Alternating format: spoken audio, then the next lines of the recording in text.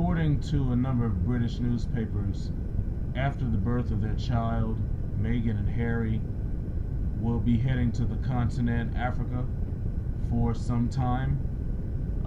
Local British papers were asking, I guess, the communications department for the royal family, while they didn't necessarily confirm those rumors, they did not deny them. Now, I got this news feed. Reportedly, there's some kind of rift, allegedly, it's kind of tabloid type of stuff, that William and Harry are having some kind of a falling out because the relationship of Meghan Markle and Harry have been getting a lot of attention.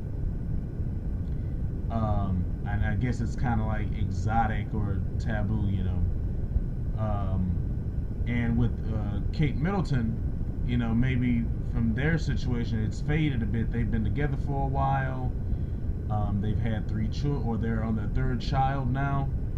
So, and now Meghan is going to be having a baby, and just their marriage, the wedding, and now with this child, that seems to be taking some spotlight from William and Kate. So who knows if this is true or not, but people are speculating that the royal family is trying to get them out of the spotlight a little bit, get them off of the aisles, and get them somewhere else in the Commonwealth, in this case somewhere in Africa, to where William and Kate can have the spotlight again, since he is the heir to the throne after his father.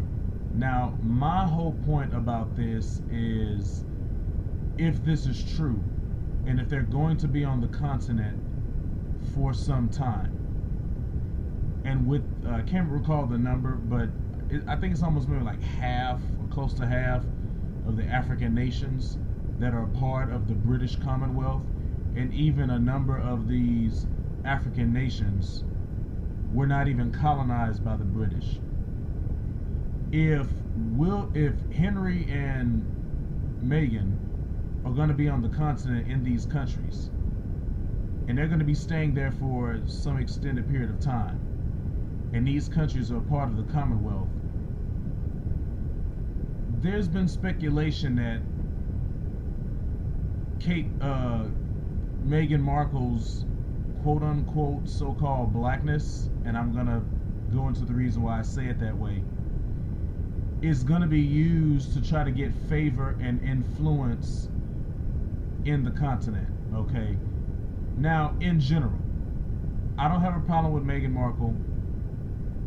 She didn't choose the circumstance of her parents, but when we look at her history, and I understand the situation with her father and the Gomerite side of her family, even though she was raised by the primary and got the love and the acceptance by her ADOS side of her family, I can understand people who are mixed having issues, because number one, people in the community could push them away.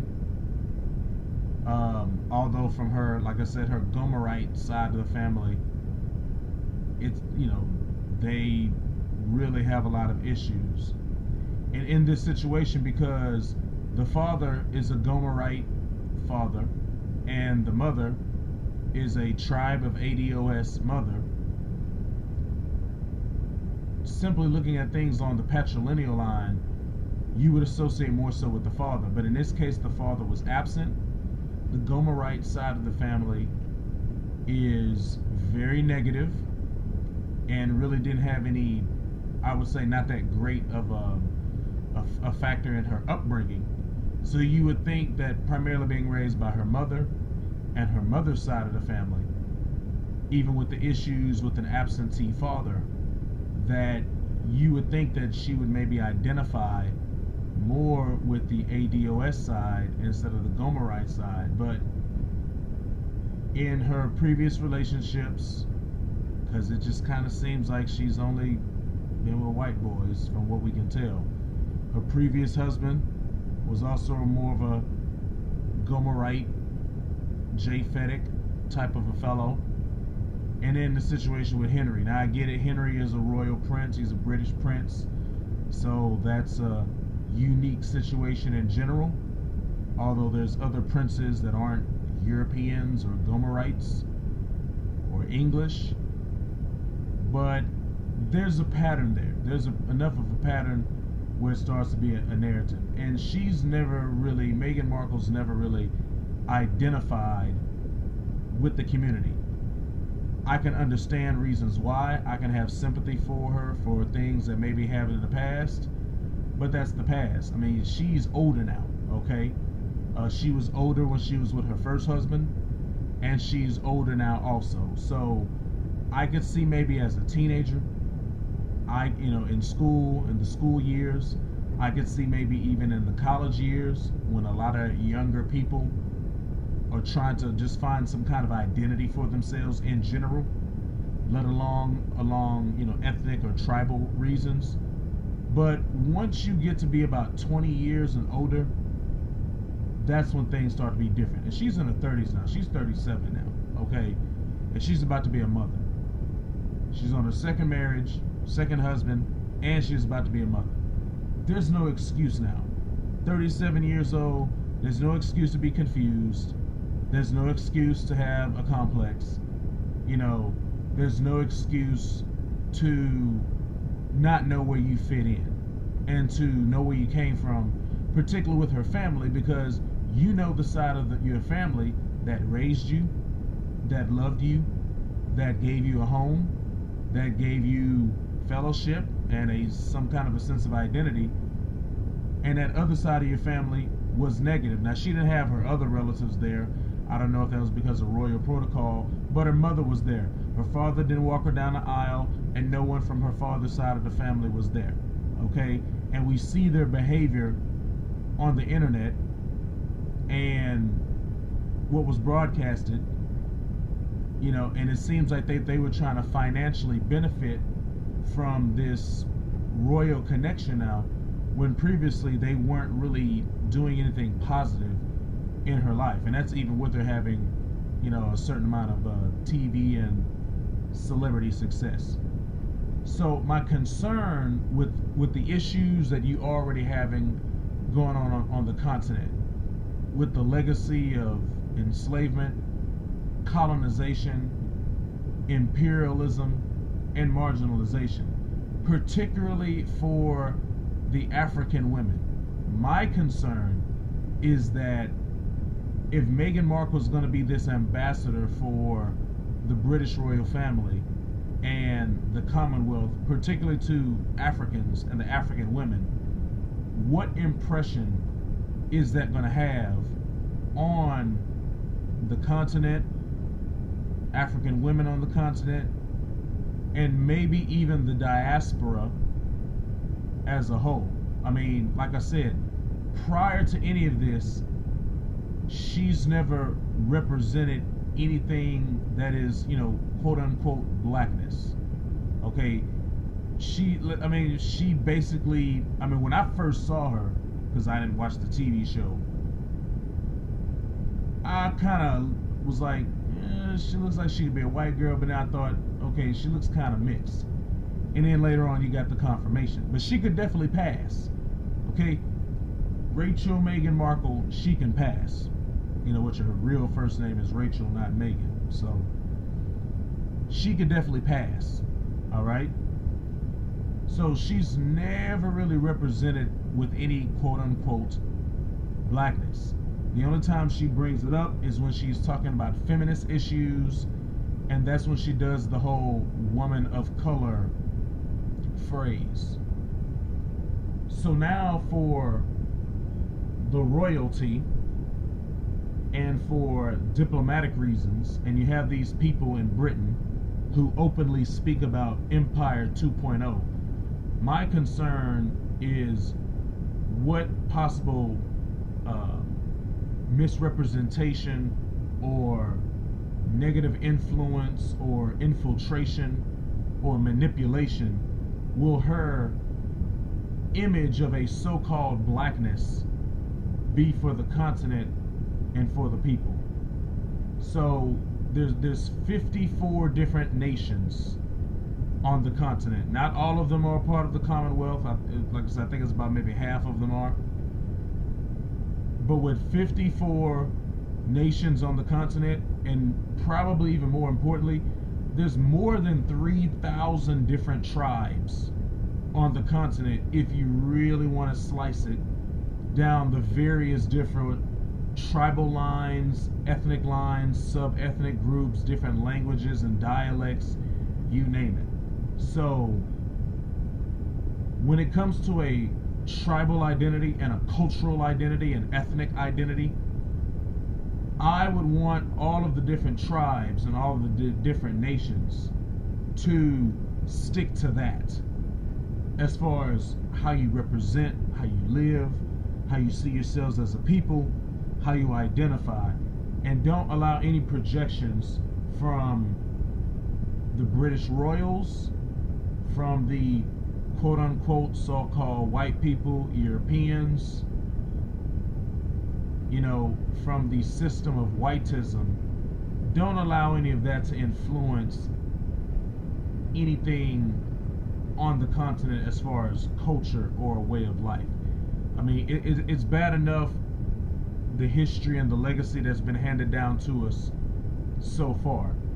If there continues to be like a soft version of imperialism or a soft version of marginalization, a soft version of colonization, you know, because they've talked about that they would potentially use this as some soft power to gain influence and favor into the continent. You know, Africa needs to stand up. All these different tribes need to stand up. All of the different nations and governments need to stand up. And you need to work together.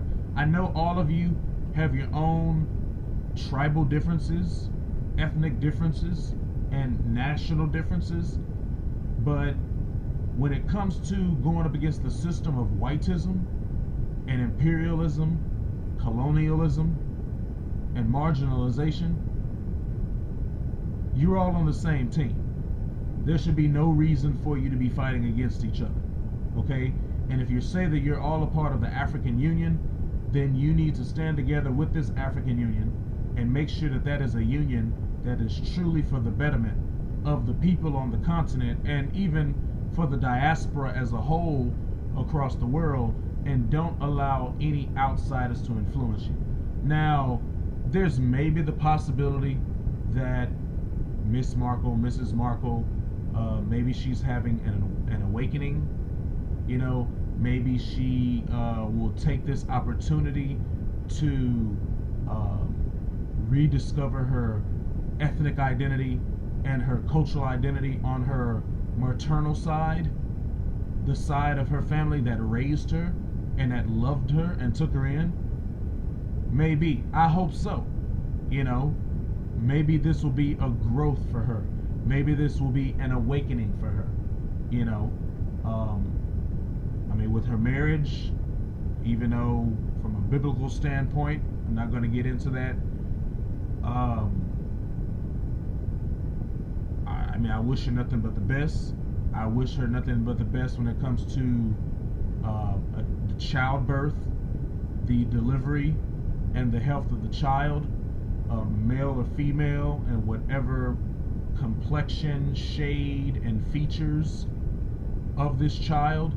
I hope this child has a sanctified and a blessed, enriched life. I mean, we know that the child financially is going to be doing very well, but other than that, other than the financials, you know, spiritually, faith-wise, emotionally, mentally, intellectually, when it comes to identity, when it comes to heritage, when it comes to not having a complex, I hope that this child has the best chance and doesn't go through the issues. I mean, this child is going to be a quadroon, so I hope that this child doesn't have any issues. Okay, so I don't wish any ill will or anything. I mean, what's done is done. You know, everything that is in the past is in the past. The only thing that all of us can do from here on out is to move forward. But like I say, based upon her track record, I would have doubts about what kind of an identity or an awakening she would have, even if she's going to be living on the continent a lot more now after this birth. You know, it would appear that her, with her husband, being on the continent, touring all of these countries, and representing the royal family, because she's not representing ADOS, she's not representing us, you know, as far as an official title and office and capacity. You know, she's not using our protocols, she's going to be using British royal protocol, even if they're somewhat like in exile for this time period. I mean, that's the way you could look at it. So like I say, if she does have an awakening, you know, if her African side starts to be actuated and she starts to actually represent, let's see, maybe if she starts wearing natural hair, or if she starts wearing more traditional clothing as far as African and ethnic clothing, and not so much European or Eurocentric clothing, you know, even though in that situation, not to say that you should fully trust it, because it could all be just a ploy, you know, it could all be just a rouge, it could all be a part of the charm offensive, but maybe those would be some changes where you would say, maybe this is a bit of a turning point. You know, let's wait and see. But my message to all of the African people, to the African Union, to the continent, to all of the different nations, to all of the different tribes, to all of the different groups, whether if you're in the Commonwealth or you're not in the Commonwealth, pay attention, don't be fooled, don't be bamboozled, don't allow them to take advantage of you, especially the women, because if this is something that's really going to be used towards the women, you know, don't let this sucker you. You got to stay on your guard, stay on your game, and stick to your ethnic roots, okay? And for the nations that are in the Commonwealth, now for the people in these countries, I know you may not necessarily control the politics in your country, depending on the politics and the ethnic and the sectarian makeup. But you should be putting pressure on your governments. Why are you still a part of the British Commonwealth, especially if you were never really colonized by the British? Why aren't you standing up on your own independent? Why do you need these British people to hold your hand? Okay, if you have the African Union, you have that. You know, you're part of the African Commonwealth. Why do you need to be a part of the British Commonwealth? Okay? So, I don't get that. And even for ADOS and the diaspora across the world as a whole, because I know there were some people in the Caribbean, here in the United States, you know, the way that the mainstream media was trying to celebrate this royal wedding, that, you know, oh, there is a hope for love for black women, you know, you can get married, you know, as long as it's a British prince, I guess, with red hair. You know, I mean, just don't fall for it, okay? We got to pay attention to what's going on. Everybody wants to exploit the continent. Everybody wants to exploit Africa. Everybody wants those resources, you know, and if the African people, tribally, ethnically, nationally, and as a whole, as a continent, with the African Union, if they, you know, militarily, if they stood up and didn't allow foreigners and outsiders to take advantage of them, and they could exploit their own resources and use them for themselves, then the rest of these countries, United States, European nations, white countries, China, India, these other countries would be in trouble.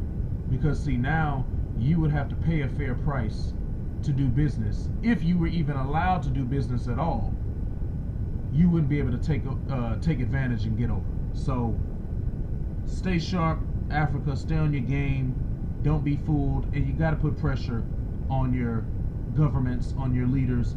I don't know why any of you would be a part of the British Commonwealth. That's stupid. You know, that's like if we ADOS got independence, but we still wanted to have some kind of alliance with the United States. I mean, if we ever got a situation where we had a national independence and national liberation, I would want no diplomatic relations with the United States, our former oppressors, whatsoever.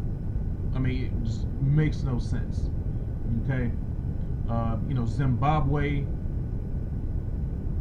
was wanting to get into the African Union because of their monetary policy issues. You know, Zimbabwe, you know, you were doing the right thing with printing money. There's some other problems that have been going on, but for the people in Zimbabwe, for any economists or any government leaders in Zimbabwe, you need to understand MMT, neo-chartalism, and post-Keynesian economics. Okay? So, Africa, wake up, be who you are. Don't let anyone change you. Don't let anyone dictate to you what you need to do. Do what's right. Do what's best for you and your own people. And quit letting these foreigners and these outsiders take advantage of us. And for the rest of us in the diaspora, especially for ADOS, the tribe of ADOS, we have to keep fighting for our goals as well. Okay? So for the next time, family, Shalom.